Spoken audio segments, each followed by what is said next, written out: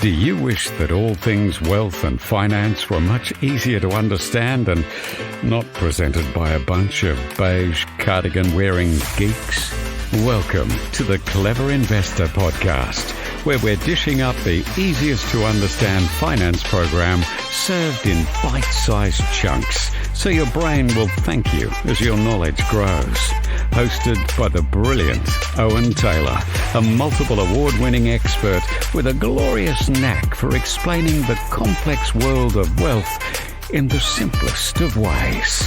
Hey Clever Investors, and welcome back to another show. Today I want to take you through what I consider the 5 most common mistakes that people make when they're looking for mortgages. Now, our mortgage market here in Australia is worth a massive $68 billion, and you don't have to look far to realise that us Aussies really do love real estate. We've got, at the moment, roughly 10 million residential properties in Australia, and they are worth a combined $8.4 trillion-ish. Now, of those 10 million, there's around about 6 million that have got some form of mortgage against these properties. I did a quick hunt around, some phone calls, and at the moment it seems that the average sort of variable rate, and we're going to see this moving around obviously over the next couple of weeks, it seems to be around that 5% mark. You should be able to get yourself a deal around about that mark depending on your situation. The other stats were the average mortgage repayments for owner-occupier properties is somewhere between $2,300, $2,500 per month. The average for 2-year fixed rates, which kind of traditionally is the average term that people like to fix their home loans for, seems to be around about the 5.5%, 5.57-ish%. That's on owner-occupiers. Seems to be slightly higher than that, only just a little bit more for the investment property market. We did look at in a previous episode when you should be looking at fixing. So you might want to, if you are thinking, cast yourself back to that when we talked to Chris Johnson about when's a good time to fix. And it seems that all of the other fixed term rates are around about the 5-ish% mark.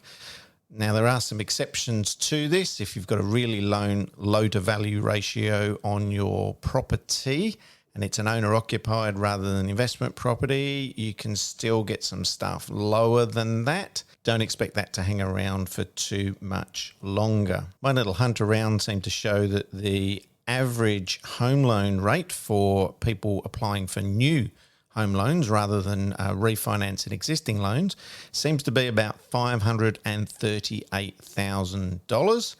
That's probably going to be a combination of how much the banks are actually lending these people, but also how much people quite sensibly want to borrow as well. So from the 2021 census, we learned that about a third of Australian homes are owned with a mortgage, and just under a third are owned outright, and about 30% are rented properties. So we have a lot of home loan products out there in the marketplace, and trying to find your ideal solution for what your needs are now and also into the future can be really quite overwhelming. And when we think about the time pressure that you're often under to settle on a property, it can be quite overwhelming. Now, I always do say go and use a mortgage broker, but what mortgage broker do you use? So the last sort of stats that I've got is we've got over 12,000 mortgage brokers registered and licensed and accredited in Australia. So how do you actually pick your mortgage broker? It's a subject I'm going to go through in a show in a couple of weeks' time. More than ever, it seems that every single lender is offering a significant borrower incentives, and just because it's a low rate doesn't mean it's going to be the best for you. What product should you actually be going for? And with so much happening, it's natural to feel really stressed and somewhat confused. In fact, when navigating the mortgage maze, so many Australians are still making errors that end up costing them money in the long term. So here's my top 5 things to look out for. Number 1, provide inadequate research. Jumping in at the last minute, not doing your research, not understanding what you're doing, often because of things get left till the last moment as well, or trying to do it all on your own. So what we want to do is make some savvy choices up front. Ideally, you're doing this in conjunction, I think, with an expert. And if you found someone that's fantastic at a bank directly, absolutely brilliant. Obviously, I admit I'm very biased towards brokers, but we know that there's good and there's bad in everything that we do in life. So make sure you give yourself time up front to actually go through what the options are. You don't have to decide on if you're going to be sort of fixed or variable, but at least decide on what the lender is and what your goals are over that short period of time. Now, mistake number 2 that I see is not making a budget. So without a budget, how are you going to know if you are going to be able to stick it out with that particular mortgage? A budget's going to help you monitor your spending and determine what mortgage repayments you can actually service. Plus, that good budget can help you when it comes to actually applying for that home loan, for that mortgage, even when it's an investment mortgage.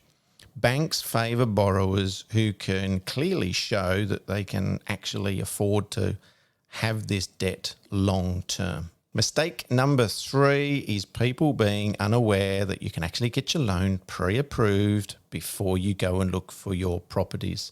So a loan pre-approval or an approval in principle is generally going to last for about 3 to 6 months. Now, this provides the best assurance that you can have before you actually go hunting for a property, before you go and sign any paperwork. I've seen some terrible things that have happened over the years where people have gone to an auction, thought that they could actually borrow a certain amount, and then haven't been able to. So this is again where I say steer away from trying to work out what your borrowing capacity is yourself.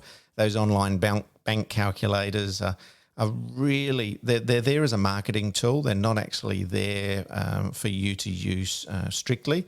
Again, get it all checked out by a mortgage professional, whether it's straight through the bank or whether it's, my ideal preference, the old mortgage broker. Mistake number 4 is relying on the intro rate or the low rate at the beginning of the loan, commonly called a honeymoon rate. Now, we've actually seen people get tripped up with this over the last couple of years because if you took out a mortgage about 3 years ago, 2 years ago, when we saw low rates and some really low fixed rates as well, I've got a lot of people that I've talked to lately who have got their fixed rates, their 2-year, their 3-year fixed rates that are starting to end soon. And their mortgage repayments are going to go up from what interest rates were of maybe, they fixed for 2 years and their interest rate is now about to revert to that particular lender's standard variable rate of 5%.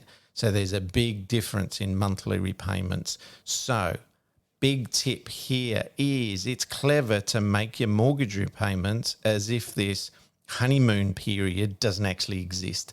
And you're going to be really well prepared then and actually get yourself a little bit ahead of repayments if you start making things as if it's what the rate's going to be in the end.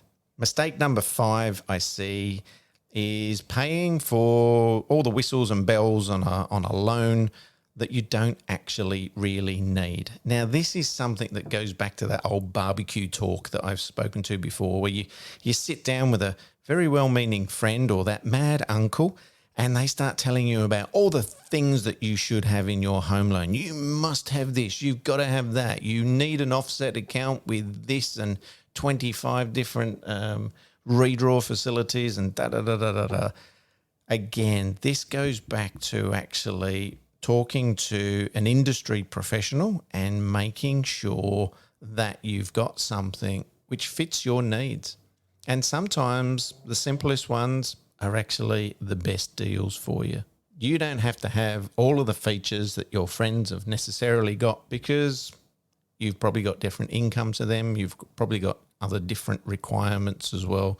You don't need 5 credit cards to do with it. You don't need your gold and your platinum things.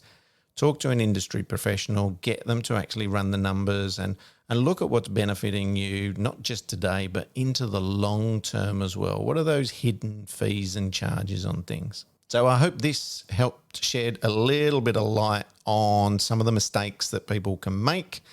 Preparation is always key before you start going to look for properties.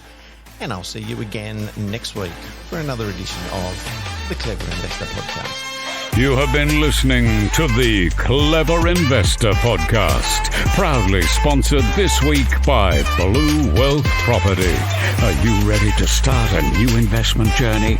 Get in touch with the industry leaders, Blue Wealth Property. Blue Wealth have a proven track record in using research to identify growth markets, and Blue Wealth have supported thousands of Australians to buy the right property in the right market at the right time. Go to bluewealth.com.au.